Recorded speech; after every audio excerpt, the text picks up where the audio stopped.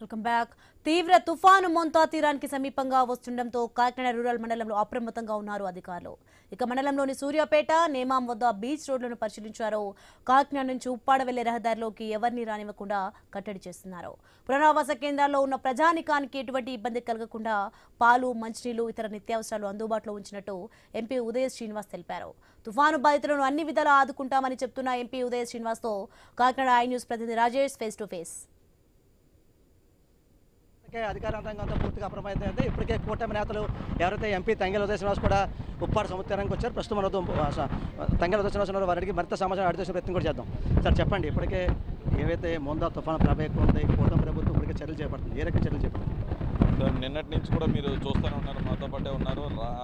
Already relief క్యాంప్స్ని ఏర్పాటు చేయడం జరిగింది. రిలీఫ్ క్యాంప్స్కి మొత్తం తరలించడం, ఎవరు వెళ్ళకపోయినా మిగిలిపోయి తీర ప్రాంతంలో సైక్లోన్ వచ్చే ప్రదేశాల్లో ఉన్నా సరే వాళ్ళందరినీ కూడా మేము రాత్రి అంతా మొత్తం ఆల్మోస్ట్ 3-4 గంటల వరకు మిగిలిపోయి ఉన్న వాళ్ళందరినీ కూడా తరలించడం, అలాగే దీన్ని కంటిన్యూస్ మానిటరింగ్లో పవన్ కళ్యాణ్ గారు, సీఎం గారు దాన్ని కంటిన్యూస్ మానిటరింగ్లో ఉంటాం. అధికార బృందం అంతా కూడా కలిసి పనిచేసే విధంగా వాళ్ళకి కావాల్సిన ఫుడ్ సౌకర్యం కానివ్వండి, మంచినీటి సౌకర్యం కానివ్వండి, మెడిసిన్స్ కానివ్వండి అన్నీ ఏర్పాటు చేయడం జరిగింది.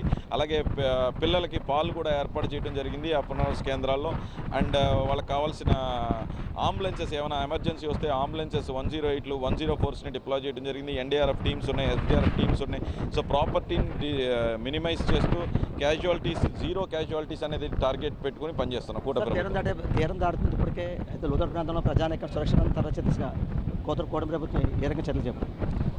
ఇప్పుడు చెప్పిన అన్ని చర్యలేనండి. రిలీఫ్ క్యాంప్స్, మెడిసిన్స్, మంచినీరు, ఫుడ్, గజ ఈతగాళ్ళు, డిప్లాయ్స్, 104లు 108లు అన్ని చర్యలు తీసుకుంటున్నాం. ఇందులో ఏది వదిలిపెట్టకుండా ప్రజలకు ఏ ఇబ్బంది కలగకుండా అన్ఇంటరప్టెడ్ ఎలక్ట్రిసిటీ ప్రాబ్లం వచ్చినా సరే 1000 మందిని ఎలక్ట్రీషియన్స్ని ఇక్కడ తీసుకొచ్చి పెట్టి అన్ఇంటరప్టెడ్ ఎలక్ట్రిసిటీ సర్వీస్ని కూడా ప్రొవైడ్ చేస్తాను. చూసాం కదా, ఓవరాల్గా ఏదైతే ఈ మోందా తుఫాను ప్రభావం ఎక్కువ అవడంతో ఇప్పటికే అధికార యంత్రాంగం పూర్తిగా అప్రమత్తమైంది.